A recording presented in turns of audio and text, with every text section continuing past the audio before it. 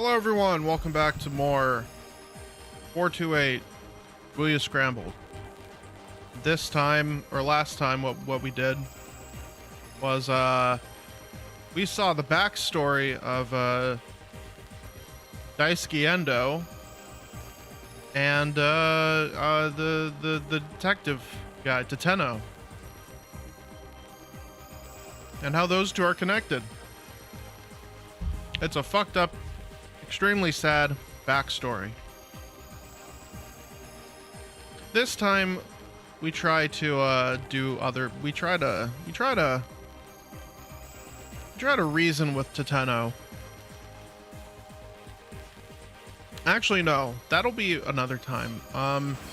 This time we go to Maria because we kind of left off on, wait, hold on, there's a keep out there.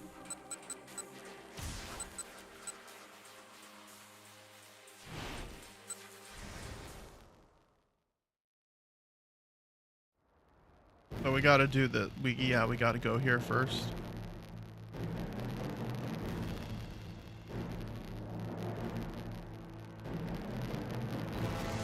We gotta jump to Maria.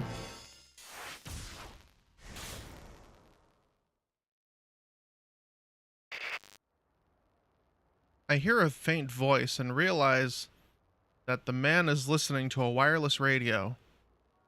I've managed to secure Hitomi Osawa at Shibuya General Hospital, the voice says. A gleam comes to the gunman's eyes. He pulls his cell phone from his jacket and hurriedly makes a call. I've secured Maria Osawa, he says to whoever's on the other end. Huh? Maria Osawa? Is my name Maria Osawa? You need to bring Hitomi Osawa to my location at once. Hitomi Osawa. If I'm Maria Osawa, what sort of relationship do I have to Hitomi? If you don't bring her, I'll kill Maria. Then my captor hangs up. Were you serious just now? My voice wavers uncontrollably. What do you mean you'll kill me? Don't look at me like that. He steps in closer to me, his expression dangerous. That killer's edge that he'd lost during our little talk is back in full force. Just bear with me a little longer. He blindfolds my eyes with some sort of towel. I can't see through it at all. Just then I hear Kanon's voice inside my head. My memories are like shards of broken glass, tumbling through my mind, all out of sequence.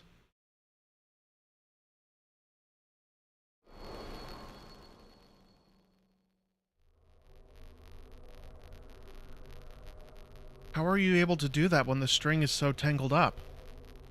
Oh, once you know the trick, you can do it with your eyes closed. I'm showing Kanon how to do a cat's cradle. She reaches out for the string. Huh? She doesn't get a hold of it quite right. What gives? Despite her efforts, the string gets all jumbled up. No, not like that, I say. Look your index fingers through the front part of the string. No, I get that. Kanon's getting irritated. But after giving it a few more tries, she finally manages to pull it off. There we go, she says. Look at that. Seeing her innocent little smile bolsters my own spirits. That's neat. Thanks for teaching me. Oh, it's nothing special. Here, as a thanks, let me teach you some skills to help protect yourself. I'd say it's a decent trade. Abruptly, my memory jumps forward a bit.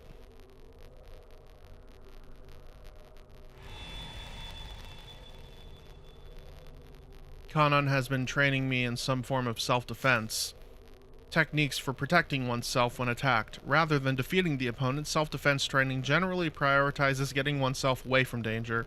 Some people consider behavioral tenets such as run away when you're attacked or don't go near dangerous places to be forms of self-defense as well. That's usually the first option. The first option the best option is preventative. Goes for medicine as well.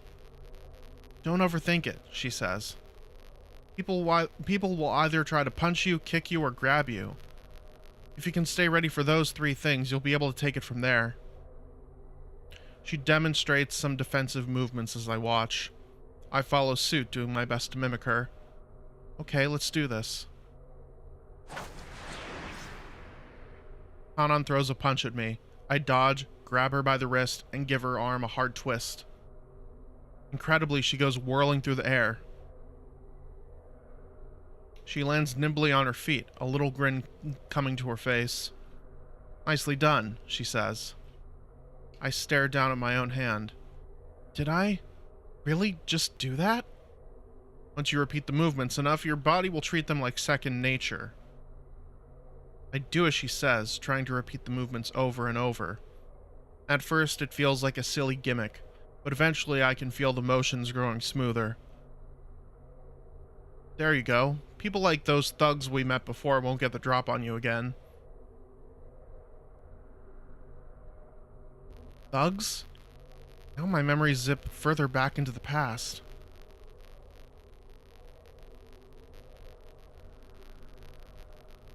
I was wandering the streets, trying to get back to my hotel, but I'd gotten lost.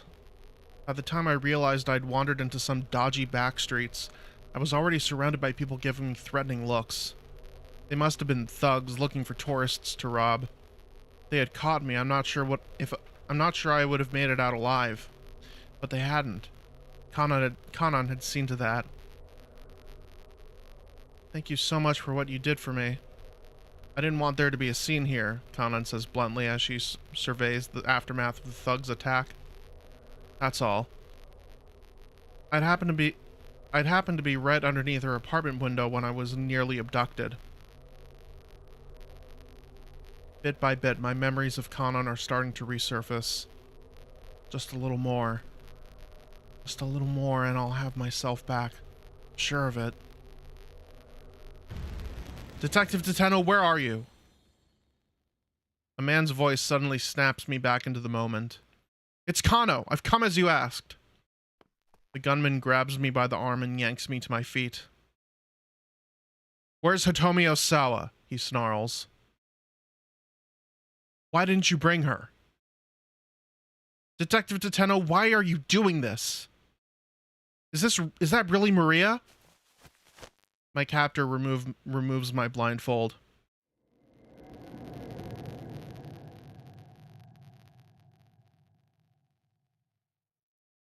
Do you mind if I clean my glasses and get some lip balm? Because my glasses are dirty. Got water in my eyes. Tired as fuck, but I love this sound novel.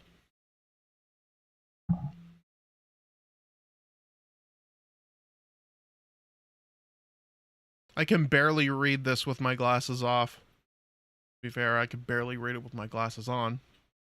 I should get new ones. It's been like over 5 years since I've gotten new glasses. Even though I just refreshed my prescription this year. Then lip balm. It's nothing too serious. Like, I can still see, like, these glasses still work. I just have to make sure that I keep them clean.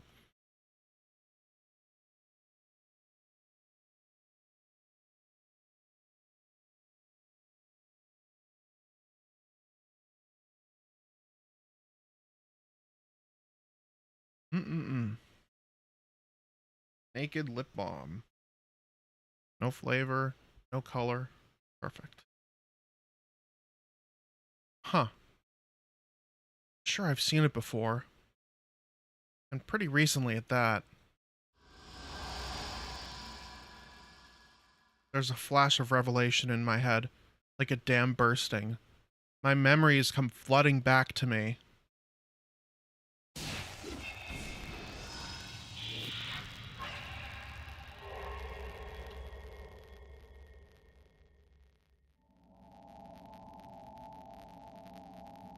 Last night, I was at a party, sort of mixer with the exchange students.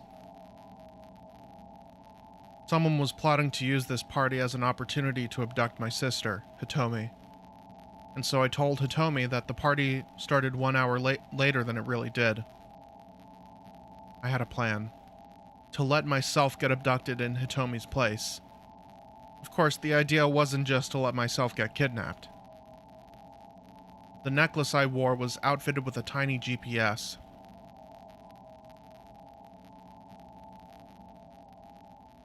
Wherever I happened to be taken, Kanon would be able to track my location. What we hadn't counted on, though, was my necklace getting torn off when I was attacked.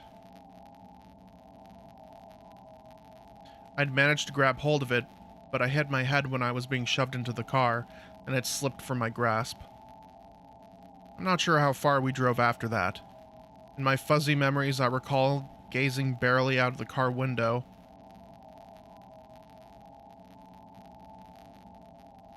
That was when I saw the blimp, right after we parked. Yes, it went fine.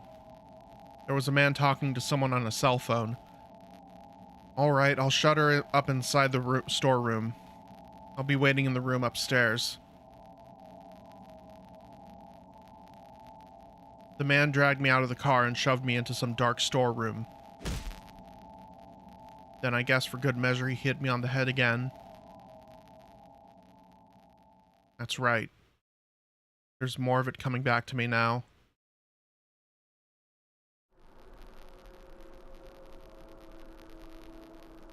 You've spent your life living in a country at peace, in Japan.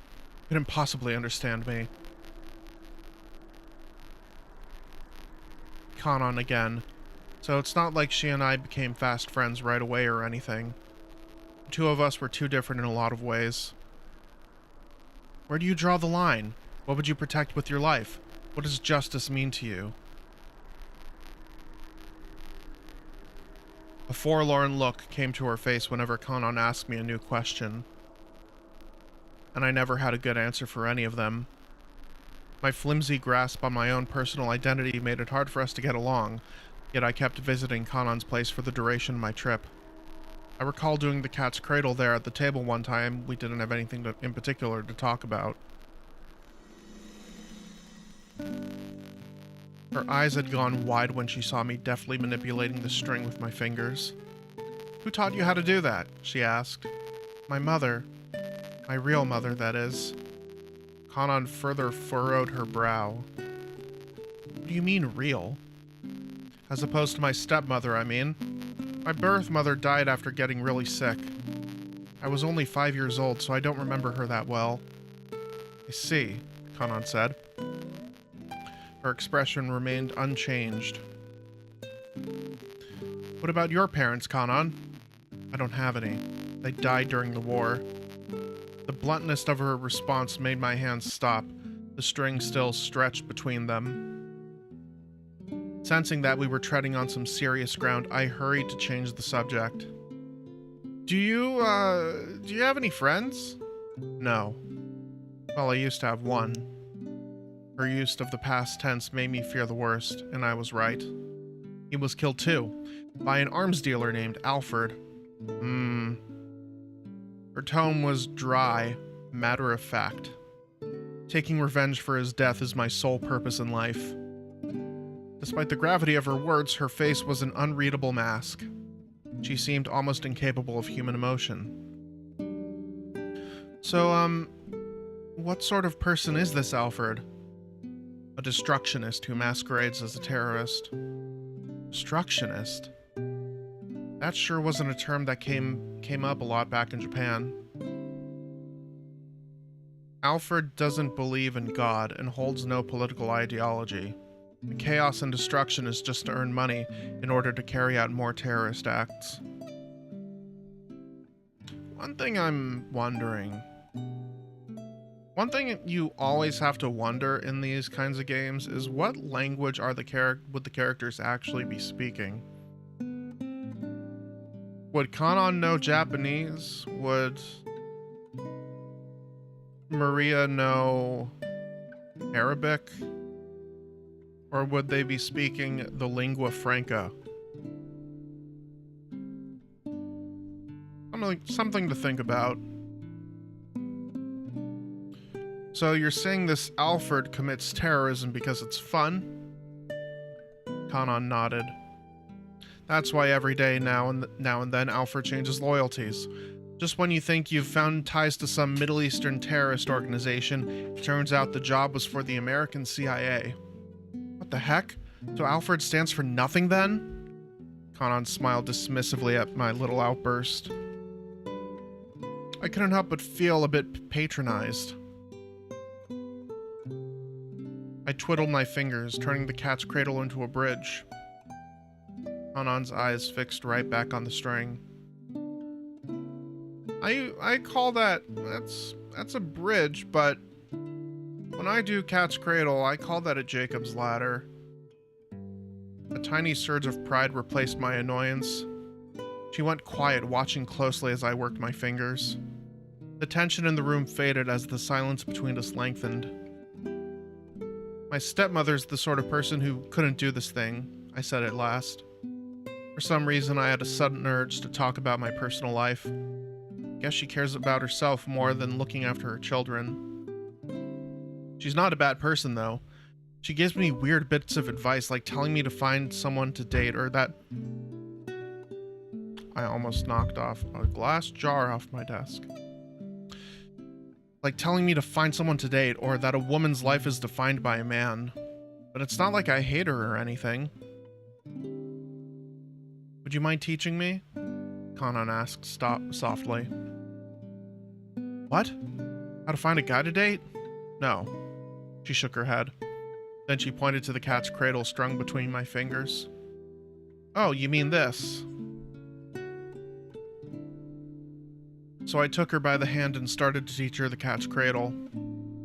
Hey, do you mind if I ask you something? I said after a while. What's that? That friend you mentioned earlier. What was he like? Kanan's fingers went still. It's better if you don't ask. If I tell you, you won't want to come here anymore. That's not true, I insisted. Even though I'm a terrorist, she replied curtly. One who uses fear and violence to attain political objectives. The term has its origins in the Reign of Terror in 18th century France, known in French as La Terreur. Le racisme, le wokisme. I can't take French seriously as a language anymore, honestly. Because of that tweet, le wokisme. I swallowed a sudden lump in my throat, unable to find words. We fight for righteousness, but you people call us terrorists. In the religious sense, the state of being virtuous, free of sin and observant of the proper rules of moral conduct. Not the same as being in the right, though many people equate the two. Am I wrong? She cast a quick look at my face. But I mean, you protected me. My voice wavered as I replied. All I did was take down some thugs. I just didn't want them around. What could I say to that? I just stammered. No, I'm just messing with you. Huh? Kanan flashed me another slight condescending grin. I was just joking, don't worry about it. But I didn't get the sense that everything she said was a joke.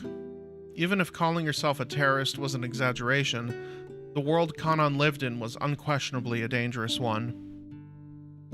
I could tell that from the cold look in her eyes, a look you never expect from an ordinary teenage girl. Just what sort of hardships had she endured to acquire that deadly stare? Having lived all my life in peaceful Japan, I could scarcely imagine. Kanan tried and failed several times to get the cat's cradle right, but she didn't give up. She worked fastidiously by herself, fingers continuing to shift awkwardly about. Okay, here we go. She hooked the string around her fingers and spread her palms.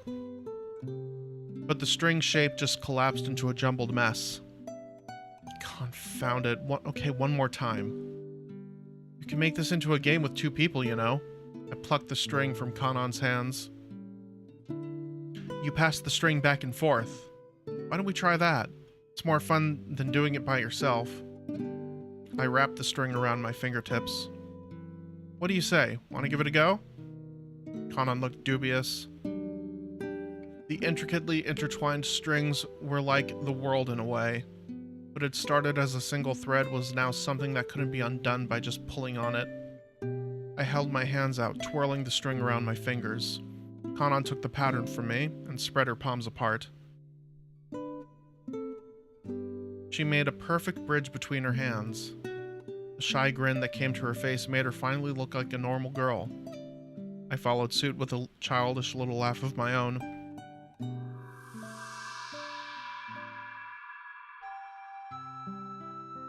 And, as if in a blaze of sunshine, the fog that's been hanging over my mind finishes receding. I remember everything. My name is Maria Osawa. I live at 408 Royo Negro Lane. My sister is Hitomi Osawa. I deal in meth and drugs and pharmaceuticals. And Kanon, she's a dear friend who I met in a far-off land. She helped me once, and now it's my turn to help her.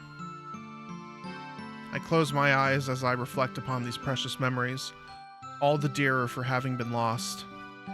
Now when I try to picture Kanon, I can do so clearly. It's just as I thought before. My memories are what make me who I am, and I would never choose to forget them. I feel almost as if time had stopped for me while my history was gone, and now it started moving again. I'm finally back to being me.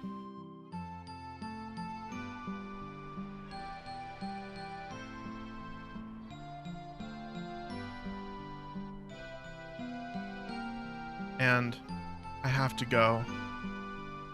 I have to go back there one more time.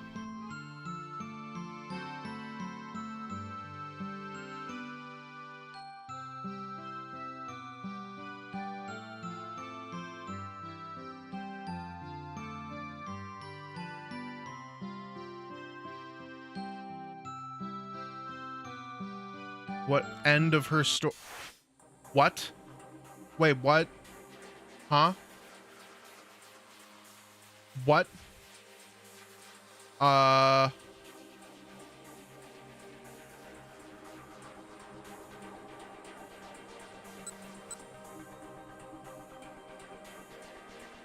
right. Well.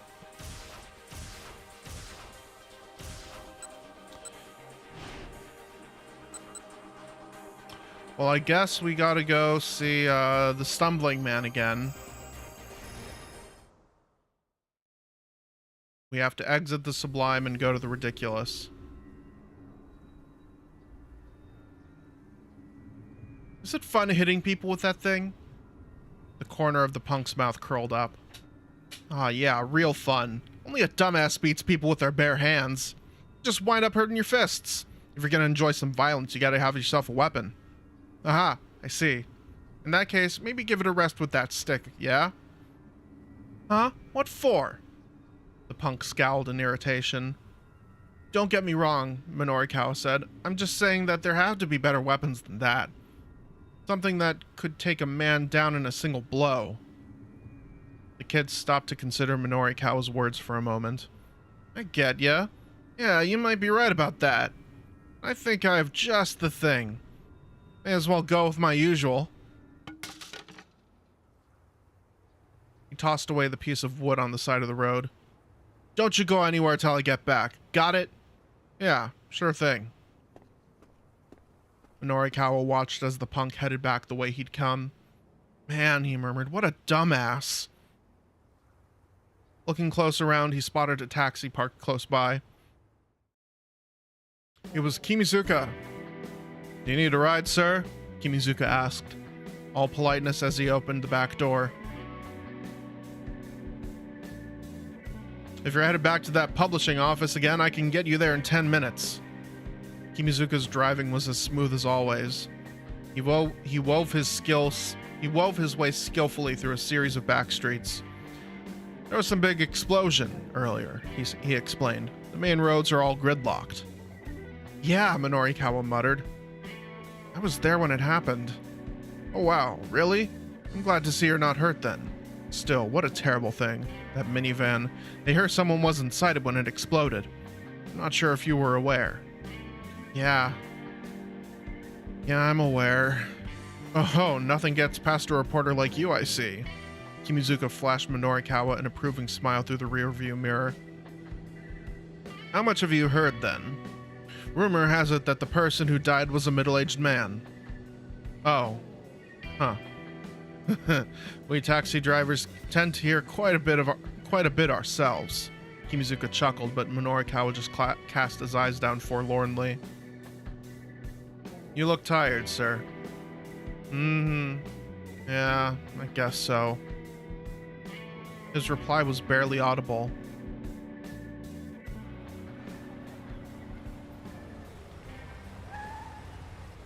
The taxi stopped just outside of Heaven Publishing. Minorikawa left a 1,000 yen bill on the seat and exited the cab. He was stumbling his way towards the building when someone called out to him. Mr. Minorikawa! Oh, shit. For a moment, Minorikawa didn't recognize the man now idling his sedan at the curb, but when he took a closer look, he realized it was Kenji Osawa. Oh, Mr. Osawa. Sorry, but I haven't been able to look into that thing you asked about yet. I see. That's quite alright. He looks so fucking casual driving his car. He looks like a completely different person. Osawa looked pale and haggard. Minorikawa's reporter sense started tingling. This guy is the key to something. He recalled what he'd heard the detective and his buddy talking about back at the scene of the explosion. Yeah, it is. They do give they give him the they don't have him in the 7th gen lighting. No, wait. 7th gen, yeah. That's Xbox 360, PS3. Roughly 8 hours ago, they infected Maria Osawa with the UA virus. If we don't administer Kenji Osawa's antiviral before she develops symptoms. You're caught up in something big, aren't you? How do you know that? Because, the reporter said simply, I'm Minorikawa. Osawa rolled his eyes. Well, that'll make this simpler, I guess. Get in. I'll tell you everything. Osawa got that look to him where he'll take a reporter out to a nice dinner, give non-committal answers, and leave before the check arrives. Yeah. Yep. Minorikawa hesitated. This might be his big chance to land a beyond incredible scoop. Yet it felt like it was too late to matter. Still, landing a major story, selling out an issue of 4-star general gossip, and putting Heaven Publishing on the road to solvency, that was all the least he could do in Toyama's memory. You don't drop a story until you have what you need. Maybe it was too late to save Toyama. But Minorikawa got in the car. Osawa's tale was beyond anything Minorikawa had imagined. So, they send you threatening emails, devise a plan to kidnap your daughter in order to get the antiviral, and now that that's failed, they're turning to bioterrorism. Finally, Minorikawa was able to flesh out the story behind the conversation he'd overheard earlier. As he did, he could feel a growing sense of exhilaration. So basically, they're now effectively holding all the people in Shibuya hostage and demanding the antiviral. Is that it? Before Osawa could answer, a new idea occurred to Minorikawa. Wait, hold on. Why didn't they just start by holding the whole city hostage? Why did they need to go through all the trouble of kidnapping your daughter? I don't know, Osawa said, shaking his head. Perhaps they wanted the ransom money? For a mere 50 million yen? I can't imagine international terrorists bothering for that much. You can't know how terrorists think, Osawa spat. Let's just assume, though. Could there be some other reason they abducted your daughter? Osawa didn't reply. He was probably too preoccupied with finding a way to save his infected daughter to think about anything else. Still, something about the course of events didn't quite add up to Minorikawa. Meiji Dori. Aoyama Dori. But whatever the case, if the criminals were after this antiviral, then sticking with Osawa ought to bring him closer to the truth. Minorikawa was still mulling that over when they arrived at the laboratory.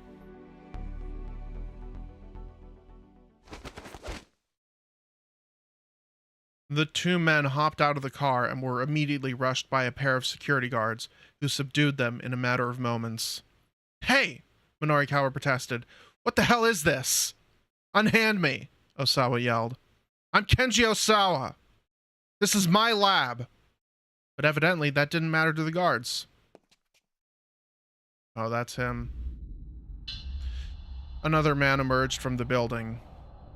He and Osawa exchanged a few brief words. Judging from the tone of the conversation, this was someone who outranked Osawa at the company. Take him away. And the newcomer looked on. The guards dragged Osawa into the building. Hey! Minorikawa shouted at the man as he began to walk away. We're down. Don't you know what's going to happen to Shibuya? Don't you care? If you just stand by and let the people of this city die, Hokoshi Pharmaceutical is going to be held responsible. The man stopped in his tracks. And if that happens, you'll be ruined personally too, Minorikawa added. You know I'm right. That will be up for the police to decide. You're gonna regret this. Don't be a fool. Minorikawa's resolve was unwavering. His pen would mete out justice. He might have come close to forgetting what he'd once stood for, but now the old fire was back. I see. It seems this isn't something to leave unchecked. The man gestured with his jaw. Take him as well. More security guards surrounded Minorikawa. Hey! Stop it! Let me go! But though he struggled fiercely, there was no escape. Once he was dragged through those laboratory doors, Minorikawa never wrote another article again.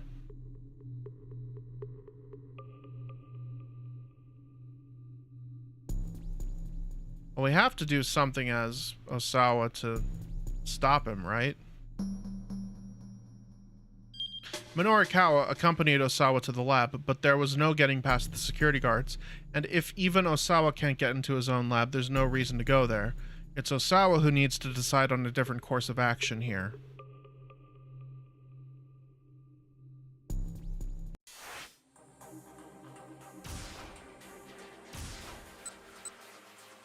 Of course, we have to jump. Jump to the man in the car. We have to jump the man in the car. Wait a minute. Wait a minute.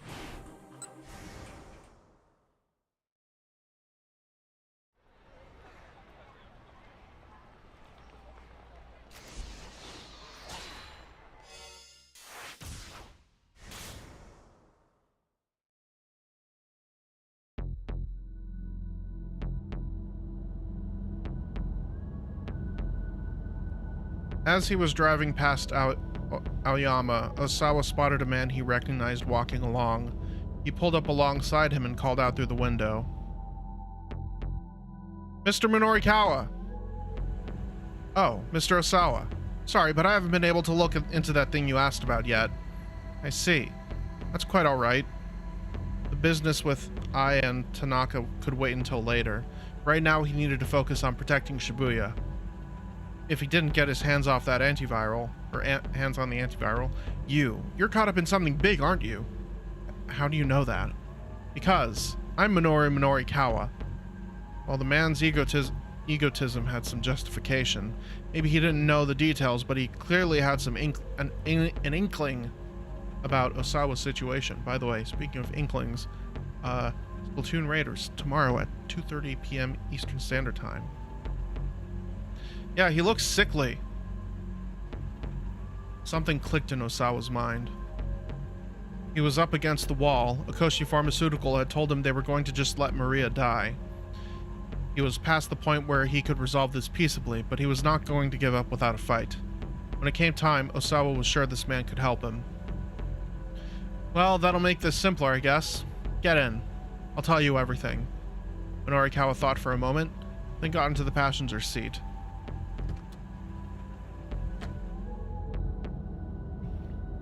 As he drove to the lab, Osawa filled Minorikawa in on all the details.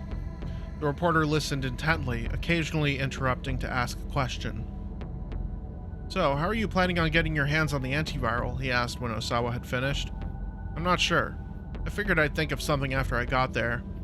Minorikawa let out a nasal chuckle. Just improvising, huh? Ah well. I'll back you up. At least I know I found my way into something important.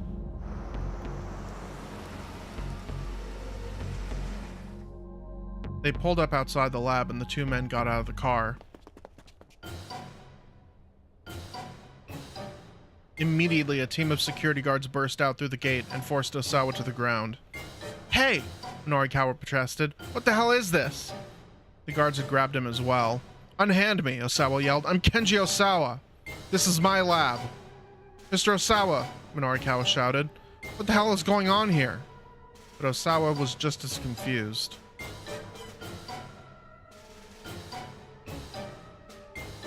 He looked up to see Makino standing before him. Sir, tell these thugs to let me go. But Makino just frowned slightly down at him. So, not only will you not help me, but you're actively getting in my way? Osawa glared up at his boss. Maria's life, no, countless human lives are at risk. And there's nothing that you alone can do about that. That's why I need you to understand. Makino gave a signal to the guards who proceeded to drag Osawa away. The scientist writhed in despair at his own impotence. In the end, there was nothing I could do. So wait, what decision does he have to make? I hate this fuck-ass music. Osawa decided to try to get the antiviral directly and even got some unexpected help from Minorikawa along the way. Unfortunately, upon getting to the lab, he had a run-in with Makino and his security goons. It looks like Osawa's just not going to be able to get into his laboratory. He'll have to make some other decision. I mean, yeah, there's that decision here.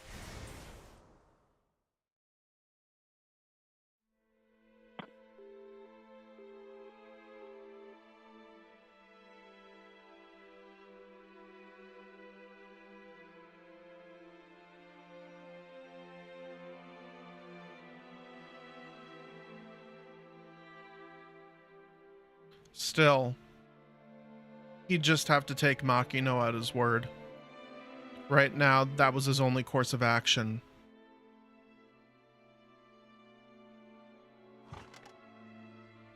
Osawa sat down in front of his computer and quietly closed his eyes. Only I could just go to sleep and wake up tomorrow morning and find all of this resolved. All I'm asking for is a miracle. But he knew reality would never be so kind. He could hold his eyes shut as long as he wanted it, and it wouldn't make this hopeless situation go away. He felt the anxiety welling up inside him until it seemed like he was going to explode. Needing a distraction from his helplessness, Osawa opened up IANET. He knew this was mere escapism, but he couldn't just sit and do nothing while waiting for Makino to call back. He posted a new topic with the title, Aya Fortune Teller.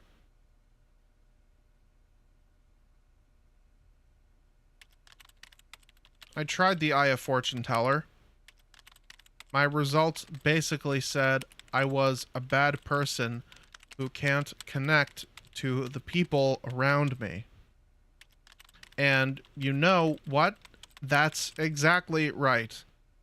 I'm only interested in my own little world. That's probably why my wife and my assistant at work got so fed up with me. It's the same with my two daughters. What sort of things are they interested in? Do they have a lot of friends? What are their aspirations for the future? I don't know any of those things. It never even occurred to me to find out. I'm such a terrible father.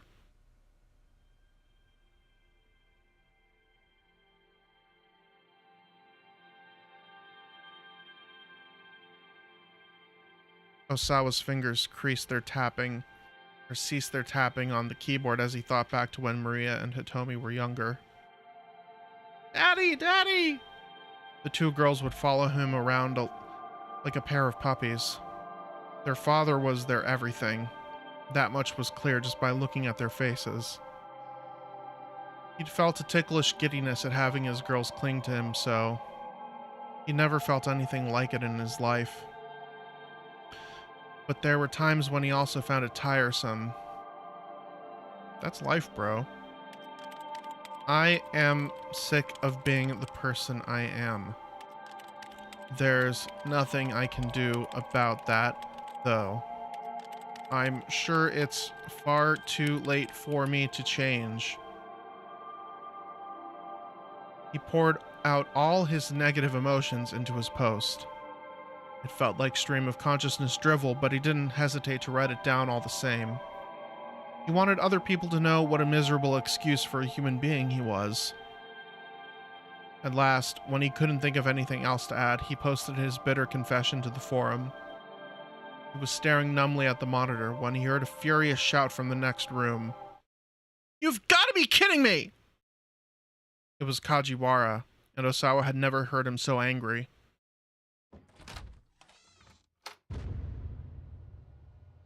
I thought it was going to be I. Osawa headed into the living room and found Kajiwara embroiled in a vehement argument with the other detectives. I don't care what HQ's policy that is. I will not just quietly go along with this. Kajiwara had already screamed himself red in the face.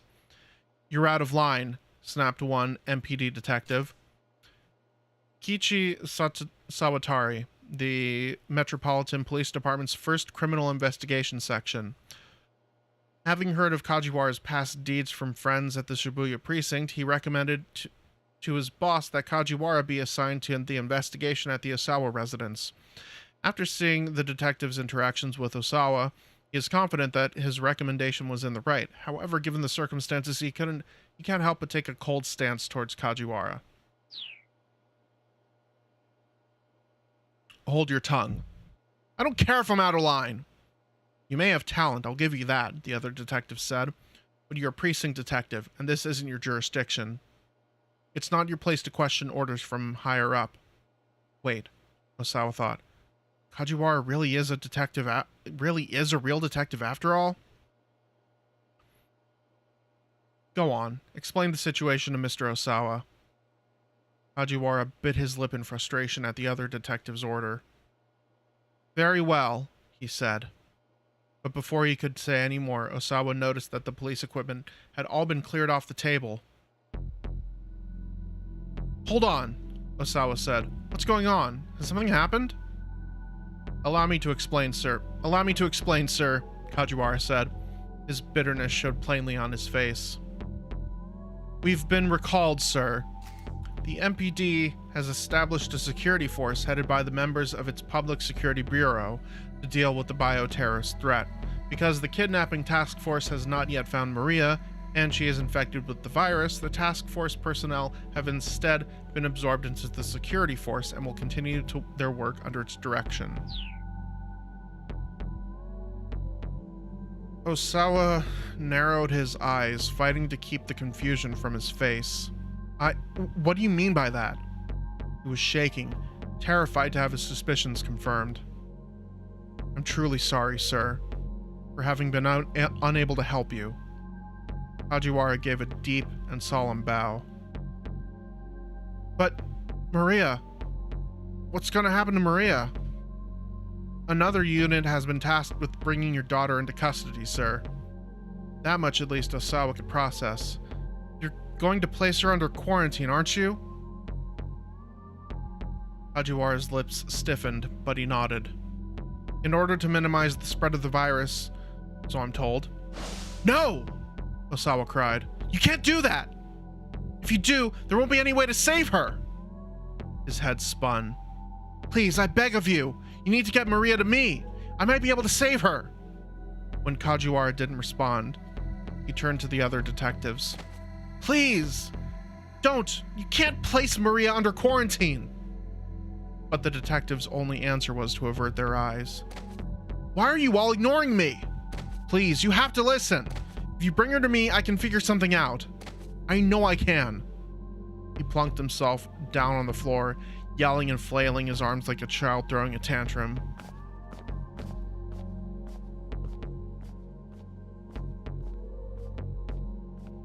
The detectives exchanged sullen looks with one another, then walked off and left him there. He knew he must be a sorry sight, but nevertheless he kept shouting after them. Please, don't stand by and let my daughter die.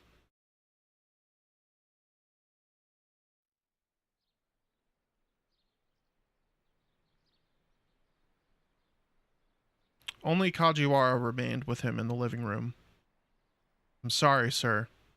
This was beyond my ability to stop. He gave another apologetic bow.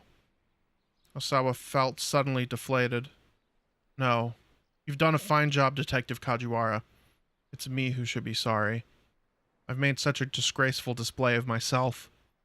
That's not true, sir. In fact, I'm deeply moved. I can tell how much Maria must mean to you. Osawa shook his head. If I'd really been thinking about Maria, I would have made an effort to work with you detectives more. That was all just self-absorbed shouting. A moment of emotional selfishness. And yet, as a result, you convinced me to stay here with you. Kajiwara proceeded to pull out his phone and put in a request with the task force headquarters to remain at the Osawa residence.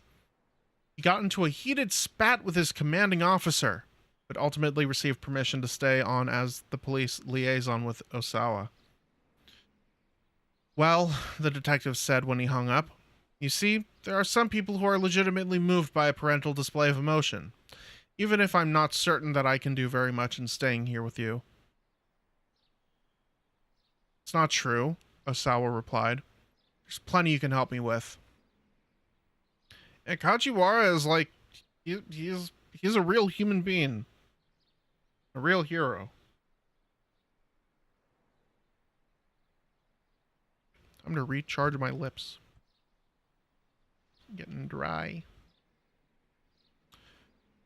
He looked into Kajiwara's face and smiled. For instance,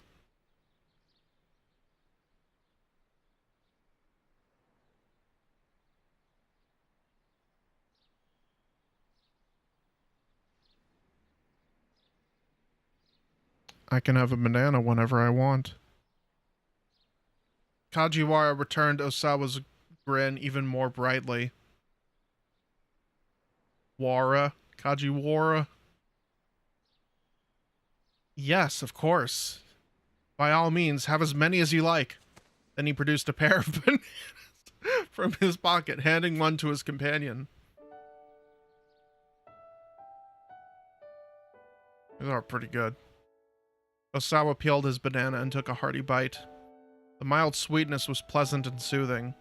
It was a flavor that brought back memories. I often eat bananas when I go to the park with my daughter, Kajiwara muttered between mouthfuls. I didn't realize that you had a daughter, Detective. You just started grade school this year. Oh, really? Must be adorable. Well, I don't get to see her as much as I'd like. A lonely sort of smile crossed Kajiwara's face. Why's that? Doing this job caused me to neglect my family. Finally, about 2 years ago, my wife hit me with the divorce paperwork. I wanted to be able to keep our daughter with me, but while the law tends to favor the mother when it comes to custody issues. The detective pulled 2 bars of chocolate from his pocket. It's good to have something sweet when you're exhausted, he said. Sawa took one, but said nothing. More recently, my ex-wife has been talking about getting remarried, Kajiwara continued. And she wants me to stop seeing our daughter. He bit into his own chocolate bar with a soft snap. It's no less than I deserve, but it still hurts. Osawa couldn't help but sympathize. The man was losing his daughter. Here was someone he could really talk to. He was sure of that much now. Detective, I apologize.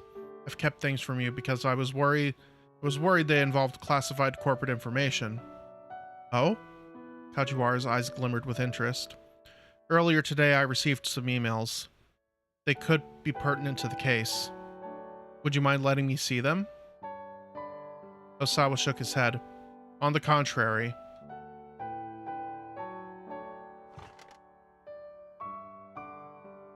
Back in front of his computer, Osawa saw that IANET was still open. Pretty Honey had responded to his forum post. One moment. Just let me read this. Osawa read the response. I got that same result. Do you really think it's too late? Don't give up hope. Don't give up hope. Hang in there. It's never too late. Every family has its share of problems. Like, you'll never find one that doesn't, I'm sure. When it comes to family, there's no such thing as game over. So don't let it get you down, Julie. Besides, I did learn one thing from reading your post. In the end, a father's happiness is his daughter's happiness.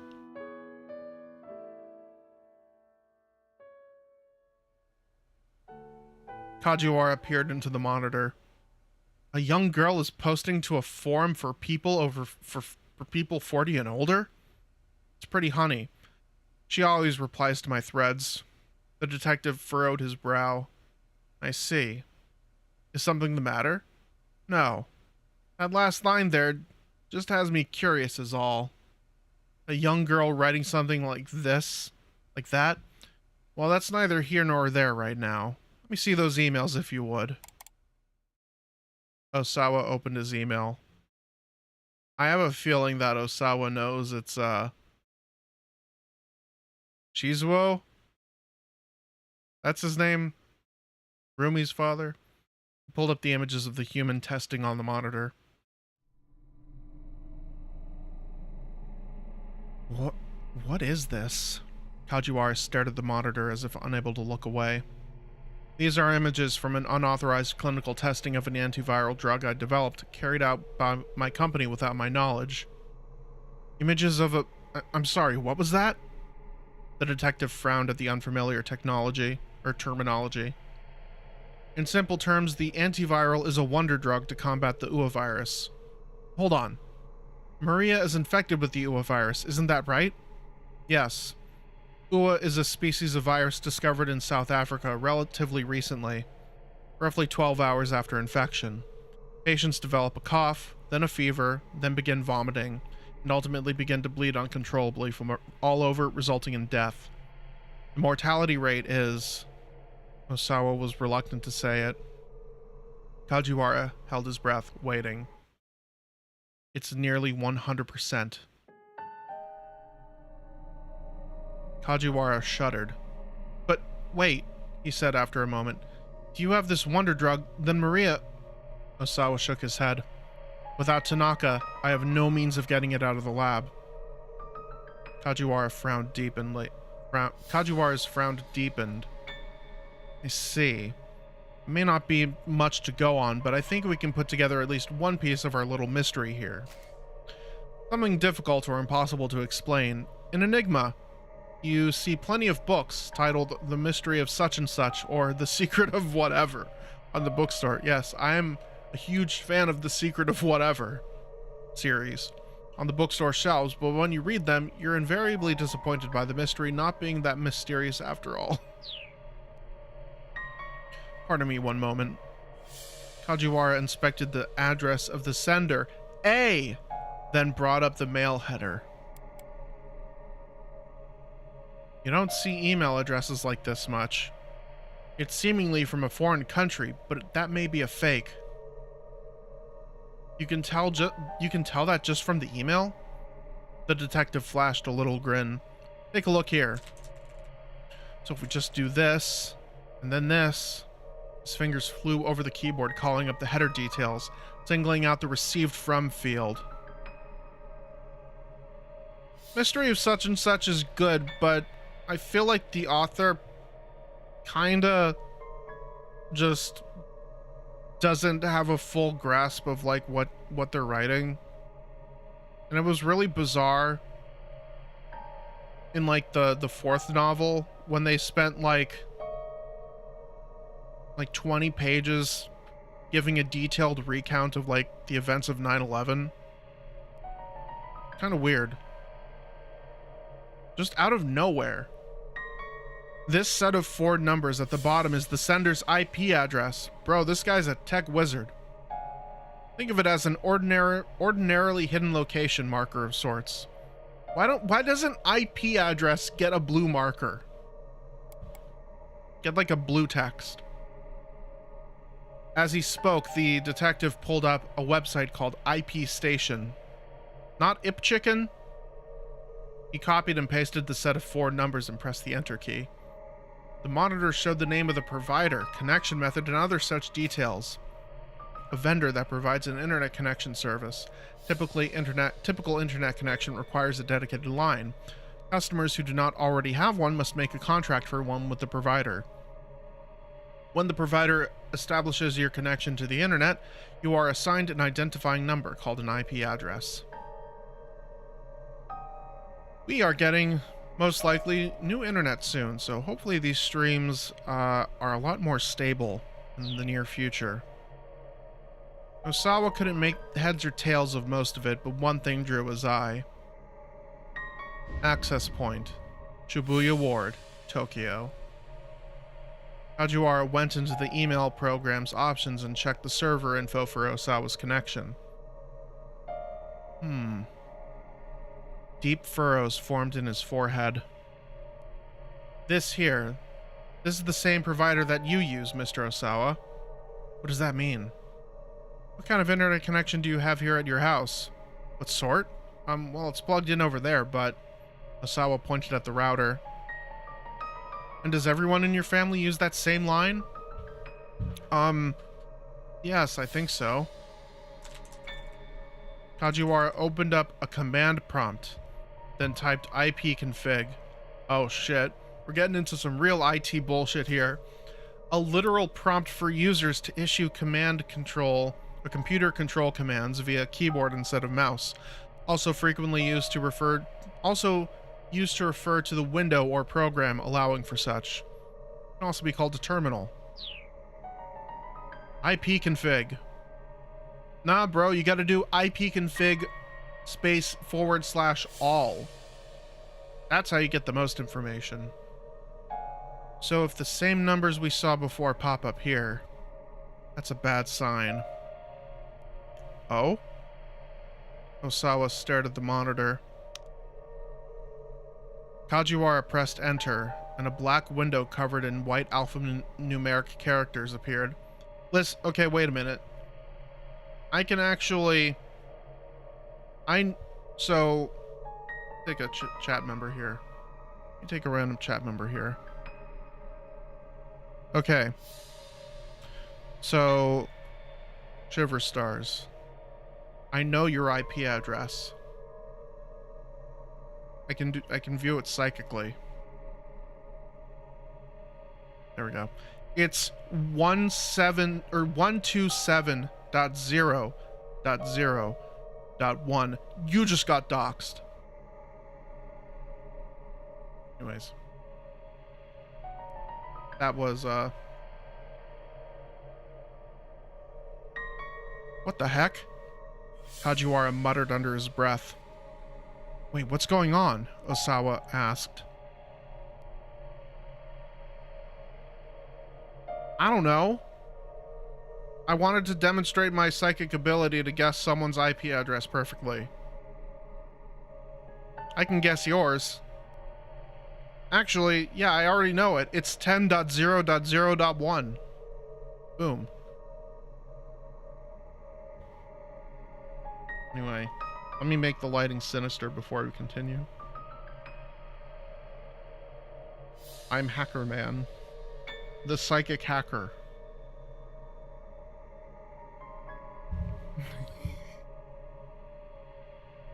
Explain simply so that I can understand. Faking an email address is simple enough, but the typical person wouldn't be able to fake an IP. It's very likely that these emails were sent from another computer inside this house. Osawa had to stifle a gasp. The emails had been sent from his own house at around 11 o'clock that morning. Since Osawa hadn't sent them himself, that left only one possible culprit.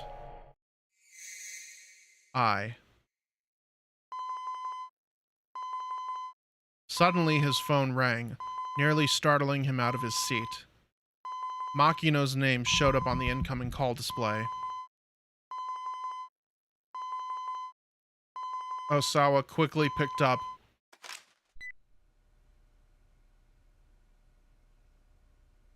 They do it for free.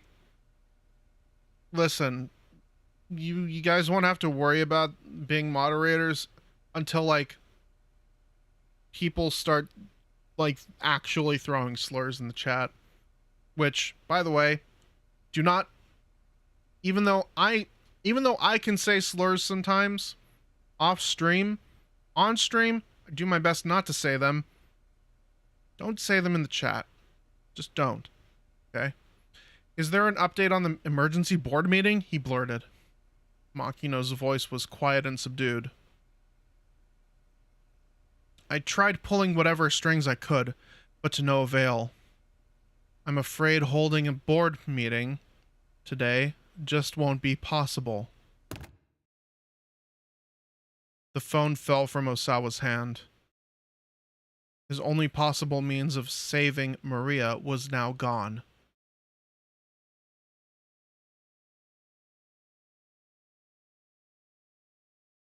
To be continued.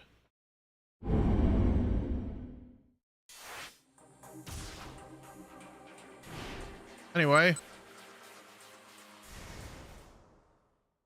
let's continue on from here.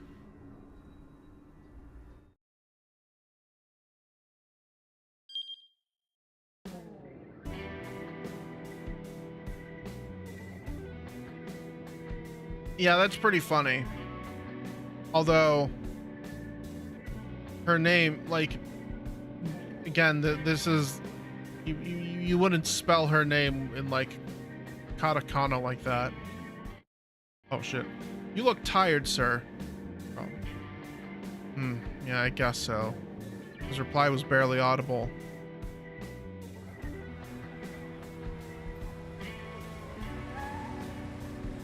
The taxi stopped outside of Heaven Publishing. The trip had taken 10 minutes on the dot. Thanks. Minorikawa left the cab, left the 1,000 yen bill on the seat, and exited the cab. Yeah, that's pretty nuts. There's a YouTuber I watch. This is apropos of nothing, but that reminded me. This YouTuber I watch, Super Bunny Hop, George Weidman. He's been going through some shit with his condo complex for the past, like, year and a half or so. It's pretty, like, pretty dire what's going on in that one. I think it's somewhere in Georgia, and it's basically like the HOA from hell, and, you know, them not fixing anything, them being actively spiteful towards their elderly residents, them instituting rules that are more like like they're renters, like they're tenants rather than their actual residents in the building. And at some point they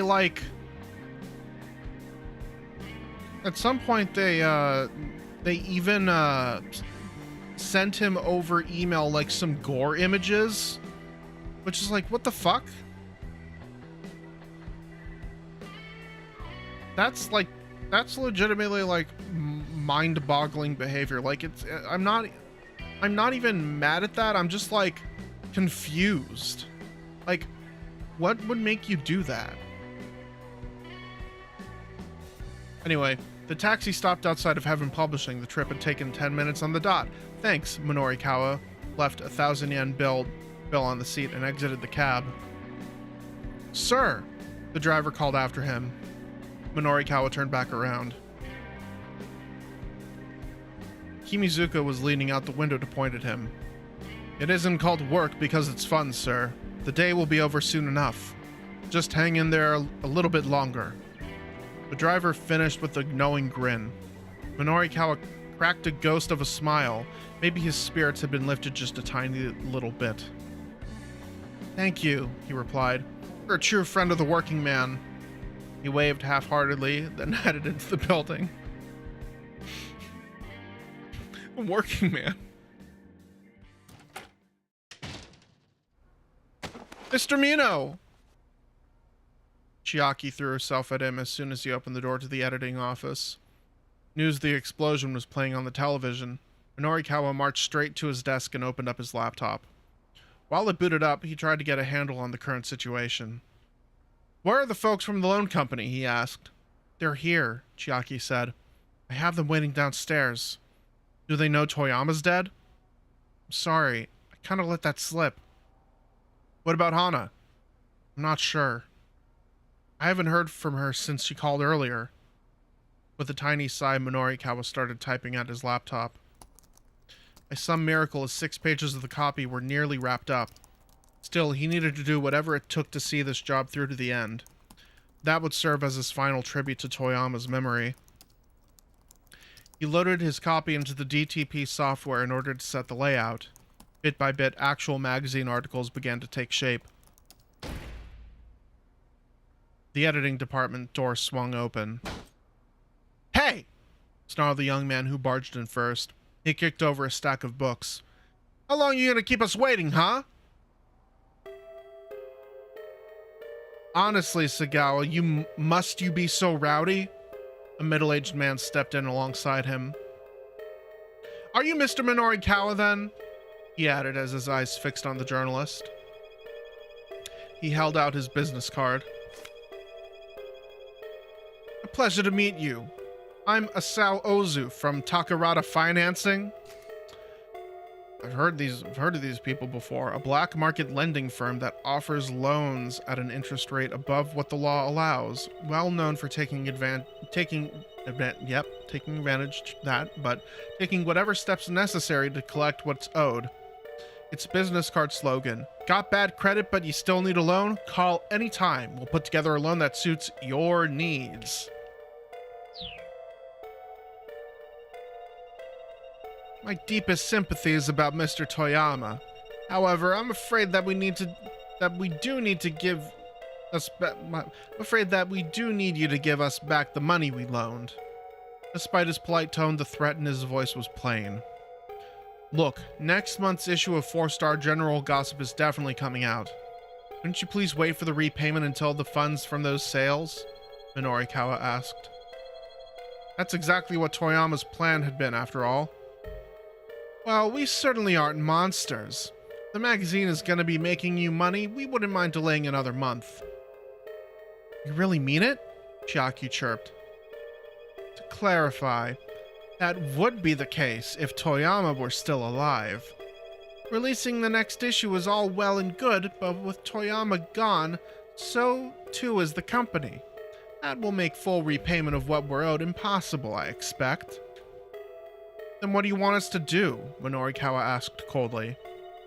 How about we just cut to the chase? Growled the younger man, Sagawa. Dig out your ears and listen up. Chiaki recoiled in panic, and Minorikawa held up an interposing hand. "Knock it off," he said. "You're scaring the young lady." A thin smile came to Ozu's face. "All we want to know is where Mr. Toyama's daughter is." "Yeah, that's right," Sagawa said. "Tell us where the girl is."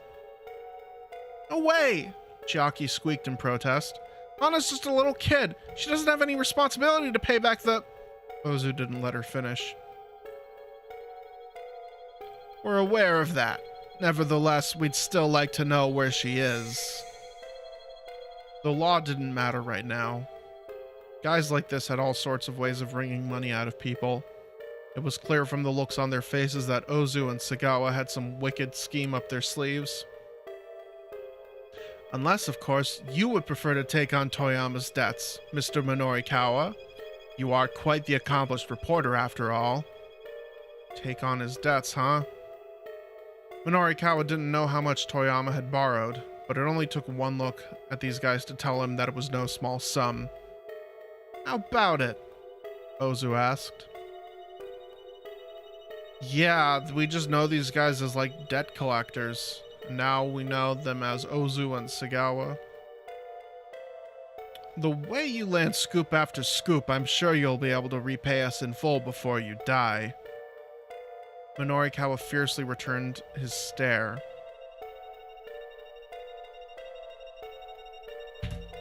"I'll consider it. Could you give me some time?"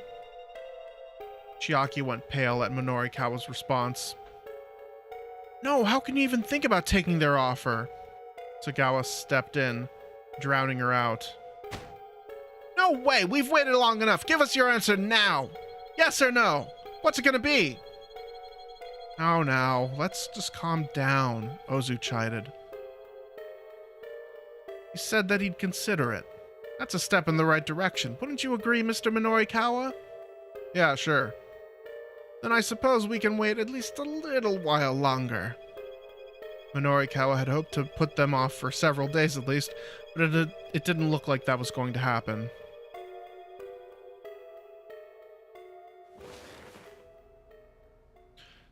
The two men from Takarada Financing plunked themselves down on the editing department sofa. "Mr. Mino, you're not actually going to take on that debt, are you?" Chiaki asked quietly. Minorikawa sat at his desk, looking over the copy he'd written. "That's none of your concern," he said. "What I need to know is, how's your piece on those street interviews coming?"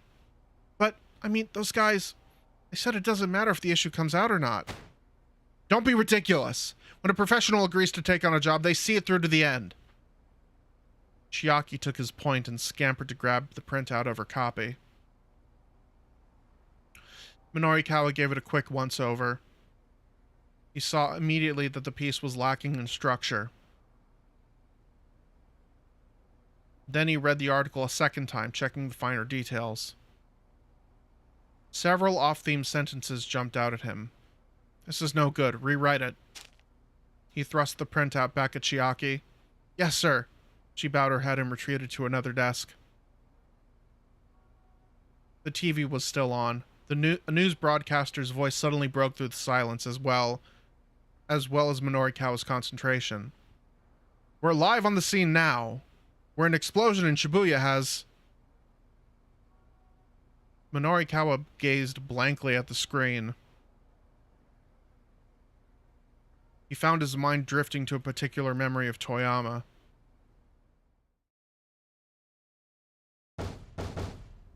The door looked like it might fall apart at any moment, but Minorikawa didn't care. He pounded on it as hard as he could. The Toyama nameplate popped off and fell to the floor.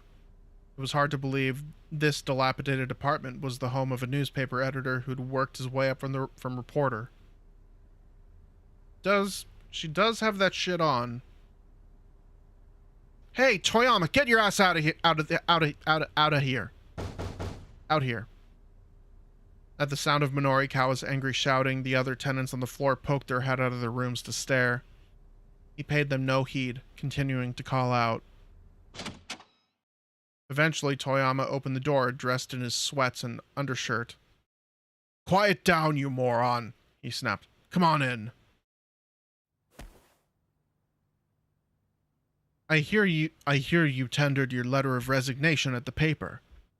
Minorikawa sat cross-legged on the tatami-covered floor. Tell me why. Toyama quirked a lopsided grin. Want to know why I quit, huh? All right, lean in close.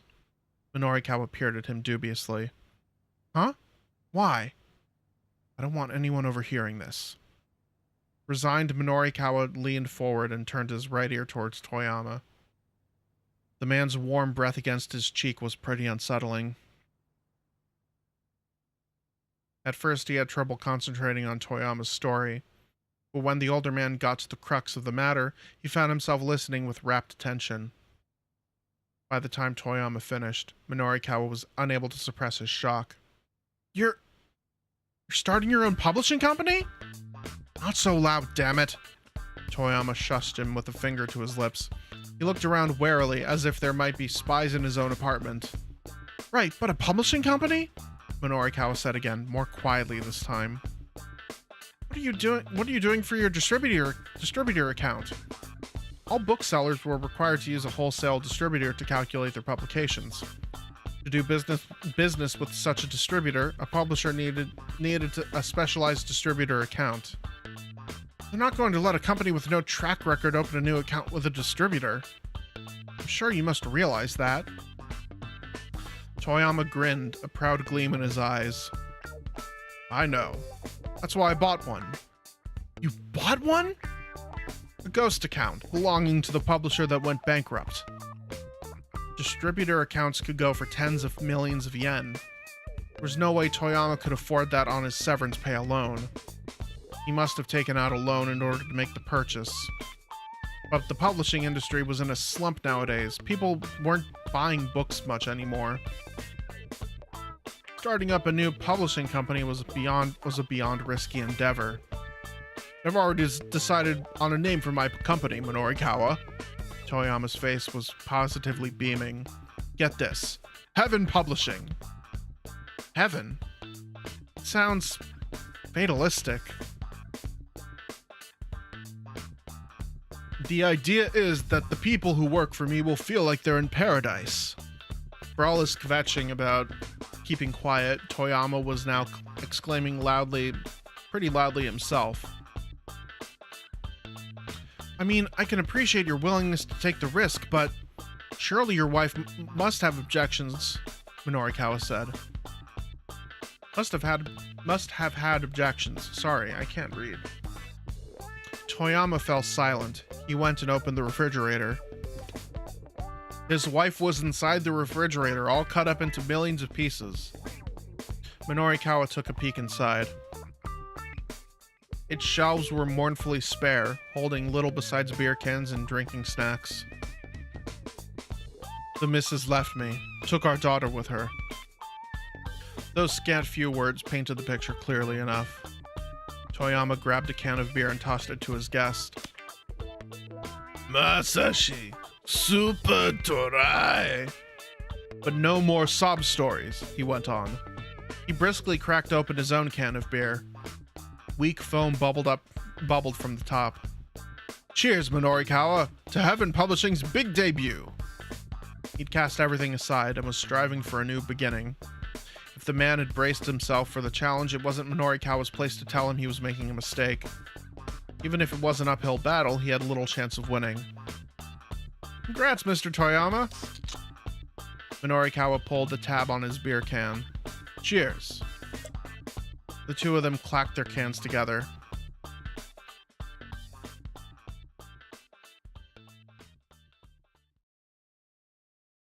One year had passed since Toyama founded Heaven Publishing. Minorikawa poked his head into the editing office, a bag from the convenience store in hand. Hey boss, how's business? How does it look like it's doing? Toyama sat amidst a veritable mountain of returned stock, his expression bleak. Bookstores do not purchase the books they sell, but rather take them on consignment. This allows them to return to the publisher any books that do not sell. The books were all bulky, non-fiction tomes, not exactly the sort to fly off the shelves. One man couldn't even muster a smile. The man couldn't even muster a smile for their reunion. It's been like this for every non-fiction book we've put out. Wow, starting right off with the bleak stuff, huh? Because things are bleak. The only thing that's selling is this gossip rag of ours. Minorikawa pulled some beer cans from his bag, handing one to Toyama. Toyama lifted an issue of 4-Star General Gossip from atop his desk. It was Heaven Publishing's one breadwinner, the only thing keeping the company afloat. But the gossip now seemed like it was buried in the red of the publisher's non-fiction releases. I really did have higher aspirations than this, Toyama sighed, gazing in disappointment at the piles of unsold books. But here we are, with our gossip magazine as our only viable publication. The beleaguered bookseller chugged his beer. Daddy, I'm hungry. Minorikawa was startled to hear a young child's voice. Oh my god. He turned around to see a little girl nestled between the stacks of returned stock. That's my daughter, Hana, Toyama said. It's complicated, but she's living with me now. I see. Minorikawa couldn't press for more details with Hana right there. In all likelihood, things with Toyama's ex-wife hadn't been going well. Go on, introduce yourself, Toyama said. This is one of Daddy's work friends. Hana turned to Minorikawa with a bright little grin. Hello, my name's Hana. I'm 6. You want some of this? Minorikawa held out a packet of dried squid he'd brought to go with the beers. Sure. Hana greedily stuffed her cheeks with the squid. Toyama flashed a sheepish grin. You like living with your daddy, Hana? Minorikawa asked, giving the girl's hair a gentle ruffle. Uh-huh, I do. My daddy's amazing. He runs a company. Toyama let out a little involuntary sob at his daughter's ready praise. I'll keep at it, Toyama said, looking into his daughter's smiling face. Hana is more important to me than any high aspirations I might have had. I'll keep shoveling out copies of the gossip, and at least make sure she's always got something good to eat. Daddy, this is really tasty. Hana held up the pouch of dried squid. Tears welled in Toyama's eyes. Next time I'll make sure she has some sashimi instead of something like this. Yes. Squid. Squid. Kid eat squid? Squid eat kid? Hey, what do you mean something like this? Minorikawa rumbled. I'm the one who bought it. Toyama and his daughter laughed together. It was a heartwarming sight. Minorikawa thought, a father and his girl getting along so well. Toyama might have been a hard-hitting journalist, but when he came home at the end of the day, he was just daddy. It was only natural for the man, as a father, to put his child above anything else. After gorging herself on snacks, Hana fell asleep on the sofa, looking well and truly satisfied. You know, Minorikawa, Hana's happiness means more to me than my lofty artistic ideals ever could. Toyama kept his voice low as he regarded his daughter's sleeping face. And from that day forward, Heaven Publishing had shifted its focus to scandal rags with 4-Star General Gossip as its pillar. Had that been for good or for ill? Whatever the case, Toyama had abandoned his pride. Minorikawa had watched him become more and more of a miserable wretch. Minorikawa snapped back into the present as a sheaf of pages appeared in front of his face. Here you go, Chiaki said, radiating anxiety. Right. Minorikawa gave her copy a close read-over, then thrust it back out to her. What did you even fix? He asked. Could you please tell me what parts are wrong? She mumbled, hanging her head. What are you talking about? It's just, well, we don't have a lot of time here, so I figure if I just fix the parts that need fixing... Chiaki trailed off into an indistinct mutter. Is that always how you go about fixing your copy? Yes. Then you're never going to get any better. If someone tells you it's no good, you rewrite the whole thing from scratch. Just making fiddly tweaks here and there is what an amateur does. Chiaki dipped her head even deeper, cringing at the reprimand. Minorikawa let out a tiny sigh. Look, what I just told you. That's what Toyama told me when I was first starting out. There were times when he'd have to do dozens of rewrites. At first I thought he was just pushing me around, but after rewriting things over and over, I realized something. There are a whole lot of ways you can write about the same thing, and that's what helped me hone my skills as a writer. Chiaki raised her head back up. Wow, really? If you can get that, then stick with it. Write your submission deadline as close as you have to in order to write the best piece you can. Okay, I can do it. I will do it. Finally, Chiaki's face brightened with a smile. That's the spirit. The woman might have talent, but she hadn't realized it yet. She needed to be able to stick to an assignment, even when things got tough. If she didn't have that kind of resolve, she'd never make it as a freelancer.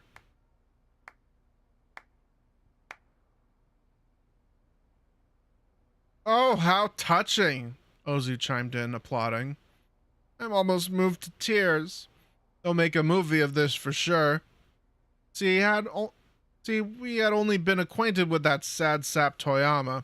We never knew there was such an upstanding fellow who was so good at tough love. Minorikawa shot to his feet and pounded his fist on the desk. That's about enough from the peanut gallery. Hold your tongue, Sagawa snarled. His eyes shone with a vicious gleam. We're getting sick of waiting here. Sagawa, you really are a short-tempered guy, aren't you? Ozu chuckled disapprovingly at his underling, then slid a sheet of paper onto Minorikawa's desk. Nevertheless, I'm afraid we do require a decision. Now. If you'll just stamp here, we'll be on our way. Chiaki stared down at the document. I don't see a number there. I don't see a traditional Arabic number there. Is this a bond of recognizance? Recognizance? Yeah, recognizance. Yeah, that's right. That's what you're right when transferring a debt. Sagawa puffed himself up proudly. Minorikawa silently looked over the contract. If you don't have a stamp, we'll gladly accept a signature as well, Ozu pointed out. Face it, pal, Sagawa added. If you don't hurry up and sign, we're never gonna stop going after Toyama's daughter. Minorikawa snatched up a pen. Mr. Mino, you can't do this. Think about what you're doing, Chiaki shouted. If you go through with this, we'll just wind up like Mr. Toyama. I won't. Yes, you will. Just who the hell do you think I am? I'm Minorikawa, damn it. I'm gonna land so many scoops it'll make your head spin. I'm gonna pay back this debt and rebuild Heaven Publishing. But why would you take such a risk? Chiaki sobbed. Minorikawa lowered his voice. Because I owe him so much. I can't stand by and let these scumbags kill his daughter. Aha! Before Minorikawa could sign, Sagawa startled him with a sudden exclamation. Looking up, Minorikawa saw that the loan sharks had seen a little Hana standing by the door. Get her! On it, boss! Ozu and Sagawa rushed at the girl. Run! Minorikawa shouted. Hana bolted right back out the door, but Ozu managed to snatch her up just as she reached the stairs. Let's be on our way, shall we? A vile grin came to Ozu's cruel face as he headed down the stairwell. Stop! Let her go! Minorikawa rushed after them, trying to grab the girl, but Sagawa drove a punch right into his face.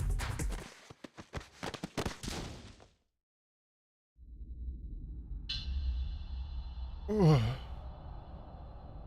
pain staggered him. Nevertheless, he managed to press on. Get it, press on. Get your hands off that girl. Shut your damn mouth! Something hard slammed into his chest. His vision went dark. He felt himself slipping from consciousness. Just before he blacked out, he heard Hana's voice. I'm sorry, Uncle Minorikawa. Sorry? No, I'm the one who should apologize. But before his thoughts got any further, Minorikawa passed out.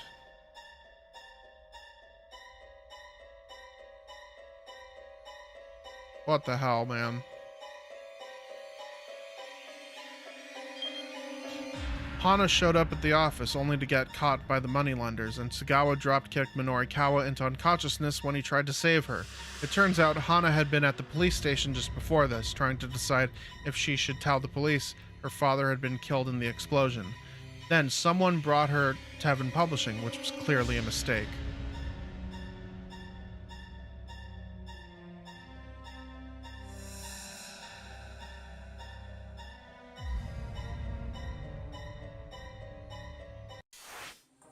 I know where to go.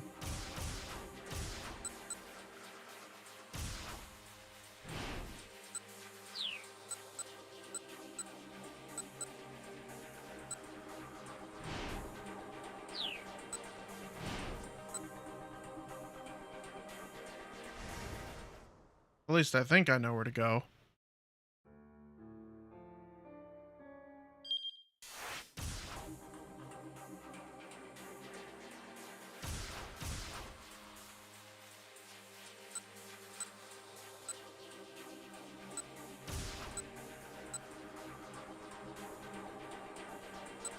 Right.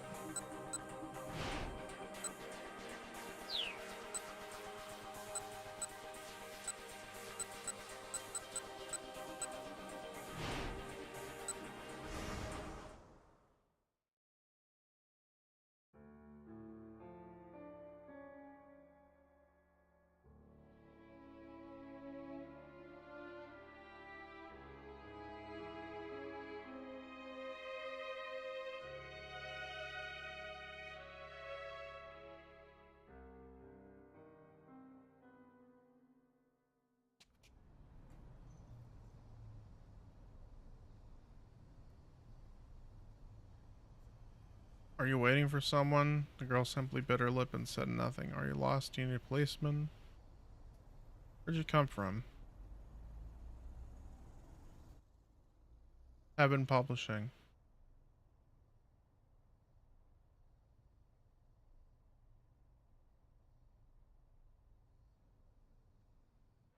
No.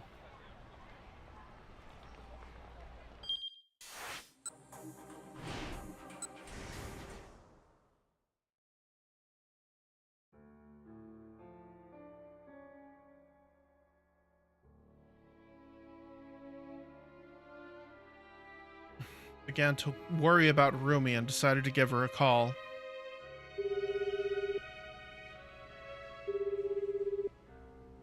The phone rang several times before it went to voicemail. The fact that she hadn't picked up made Kana all the more anxious. Oh my god. He was still staring at his phone when he got a call of his own. When he peered at the incoming call display, his heart nearly stopped. There was Tateno's name. Kana quickly pressed the button to accept the call. Detective Tateno? Detective Tateno, is that you? There was a whole mountain of things Kana wanted to ask. Just what had Tateno been doing this whole time? Why did he let Alcarawan go free? This is the same conversation that he had before, but just in a different location.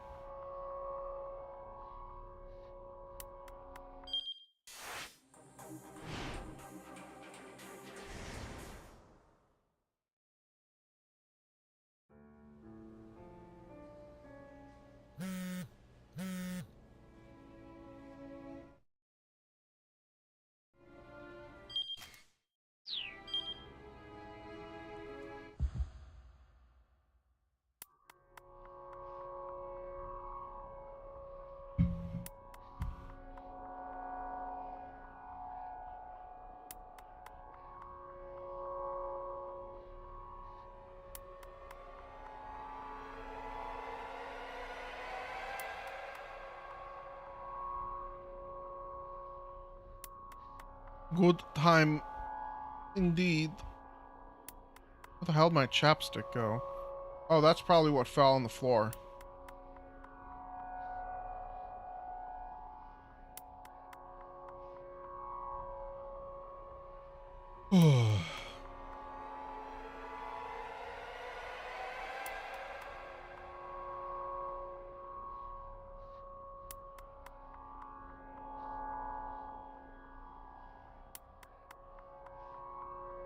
South Hill.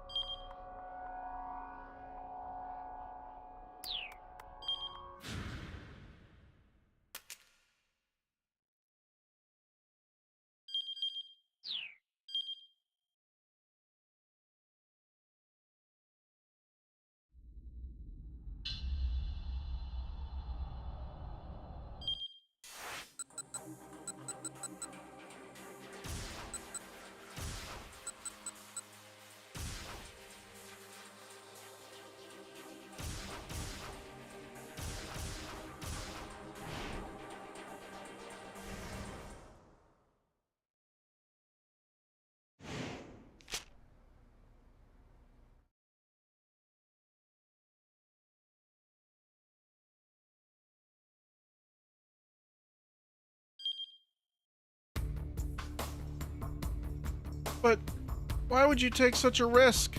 Chiaki sobbed. Minorikawa lowered his voice. Because I owe him so much. I can't stand by and let these scumbags kill his daughter. Minorikawa readied his pen and signed the document. All right, Sagawa cheered. Now we're talking. A satisfied grin came to Ozu's face as he reached for the contract. But before he could pick it up, Chiaki snatched it from the desk. I'm not letting you do this! Crumpling the paper, she stuffed it right into her mouth. Stomach acid voids any contract. Hey! Sagawa snapped. What the hell are you doing? He tried to force Chiaki's mouth open. Don't you dare, you bitch! But despite his frantic efforts, Chiaki managed to gulp the wad of paper down. You see, this is why Chiaki is the true goat. Sagawa blinked a few times. Oh, you did not just do that! Ozu looked on, dumbstruck. Guess we gotta get a new contract from the office, boss. Bring as many as you want, Chiaki declared. I'll just keep eating them. Girl, you got...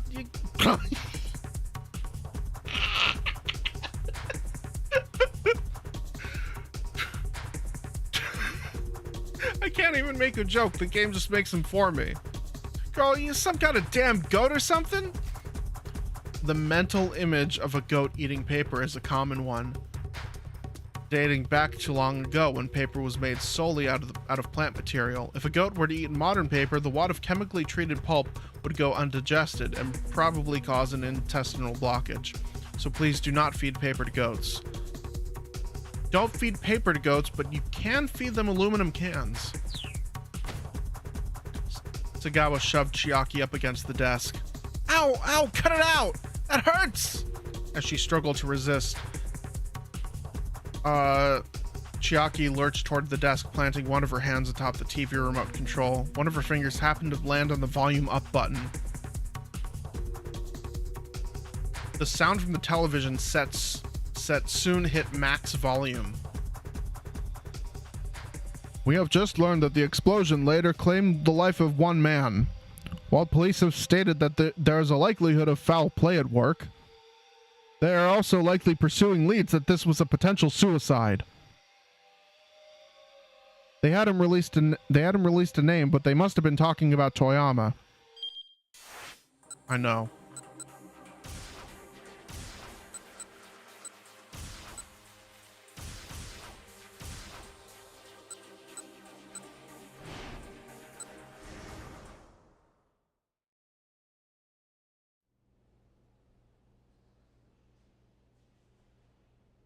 I think releasing the name should be alright. There was still a lot they didn't know about Tanaka. The fact that the final stop for the ransom relay was Tanaka's condo implied some sort of connection between him and the kidnappers. But they still had no idea what his role in the abduction might have been.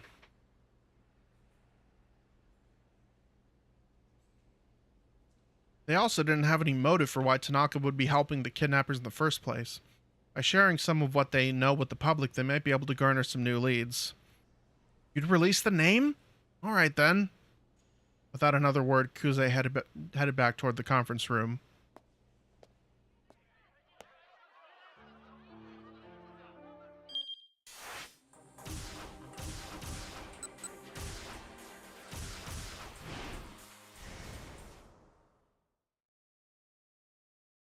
It's fun. I can imagine how fun it is just to see the gears, like, actually turning.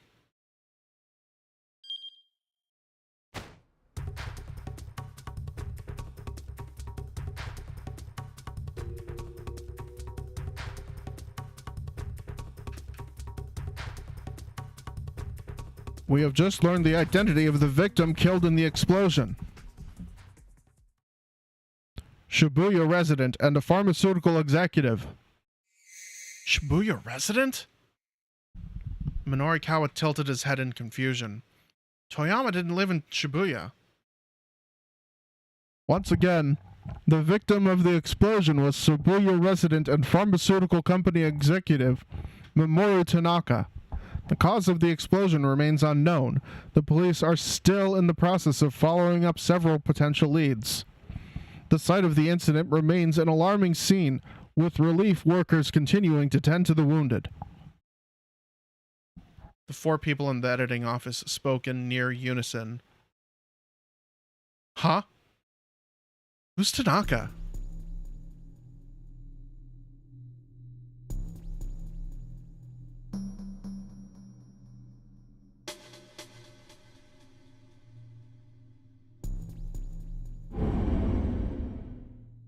Who indeed?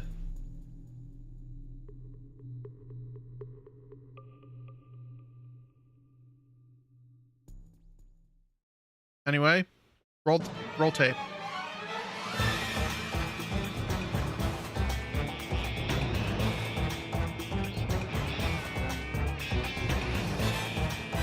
Someone's broken through a firewall. What the fuck? What the fuck? What the fuck was that image? Oh shit.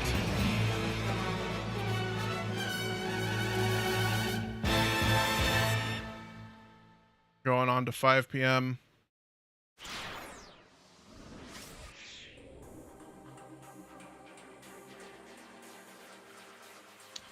Well then. This game is fucking crazy as shit. Oh, I miss her already.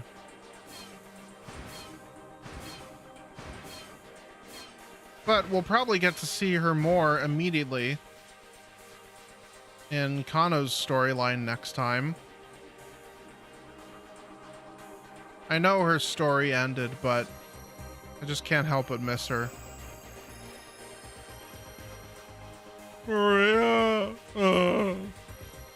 I feel like a black hedgehog right now. Anyways. So,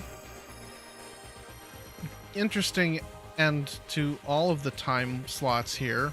All of the character routes. So, with that, I think I'm going to leave this off for next time, whenever that is. So, thank you all for coming to the stream tonight. Hope you all had a good time. And I hope to see you all in the next stream. Again, whenever that is. Take care, everybody, and good night. Bye.